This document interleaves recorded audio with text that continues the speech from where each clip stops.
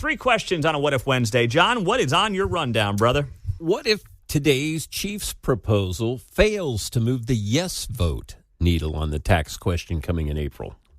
Then I would say the yes side is in serious trouble.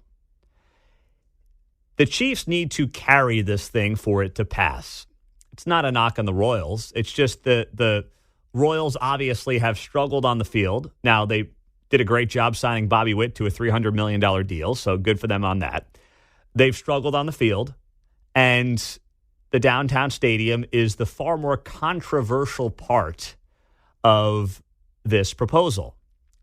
The Chiefs, back-to-back Super Bowls, people of Arrowhead, we're talking about just upgrading Arrowhead. That has to carry the day. It's kind of like a bad piece of legislation or a piece of legislation where everybody likes a part of it, but then there's another part of it that people don't like.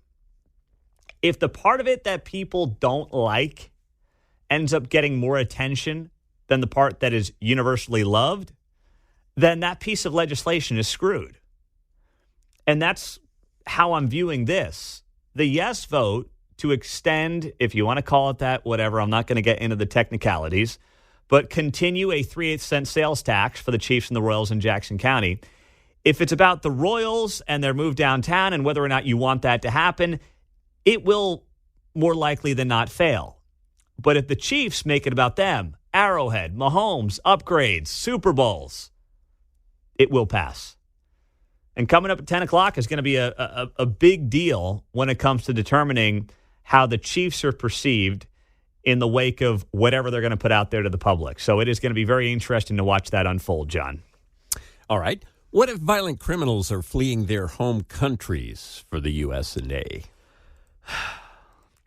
Then we're going to see more tragedies, like what we saw in Athens, Georgia over the weekend, where one young woman, Laken Riley, went out for a run, visiting her friends at UGA, and ended up getting killed by an illegal alien. And the reason I bring this up is not to fearmonger or say, hey, you better watch it when you're going for a run today. No. I'm not bringing that up. But there was a story in Bloomberg. Look at this.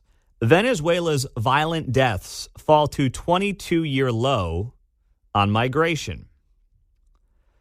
And the article in Bloomberg writes here, Venezuela's rate of violent deaths dropped to its lowest levels in more than 2 decades, following years of massive migration, as both criminals and victims fled the nation's economic crisis. So Venezuela is seeing a 2-decade low on violent deaths going back to 2001, in part because this Bloomberg article is admitting criminals are leaving the country. Well, where do you think they're coming? Grandpa's got an open border. Come on in, El Paso, Tucson, Brownsville. Make yourself at home. You know, you come here, you got a warm bed. You know, we'll ship you around the country. You go to one of these blue towns where the prosecutors don't do their damn jobs anyway. I mean, you know, you got to be living high in the hog, and we'll give you some money probably to boot. Bureaucracy is going to be very generous. Just vote for us down the line when we can get you into the voting booth. It is wildly disturbing, and it's not something that, frankly, Bloomberg should be bragging about and celebrating. Oh, wow, Venezuelan violent deaths are down. Yeah, because they're coming here, apparently. Goodness gracious. I was reading it last night, and I'm like, this is not the great news that you guys think it is. When you're admitting it's because criminals are migrating out of the nation. And something tells me they're not just going to be hanging out in Mexico with the drug cartels. At least a portion of them are being like, oh, let's go to the U.S. Gosh, they'll have us up there, John.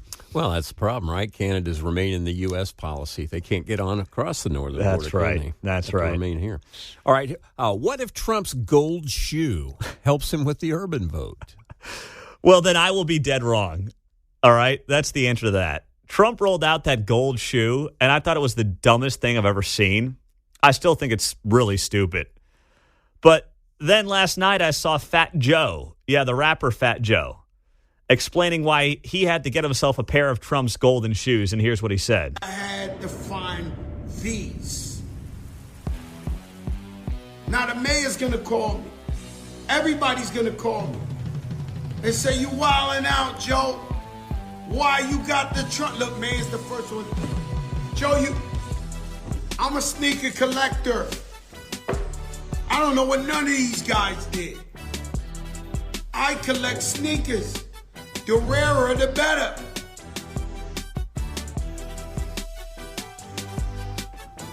No, I didn't pay for these sneakers.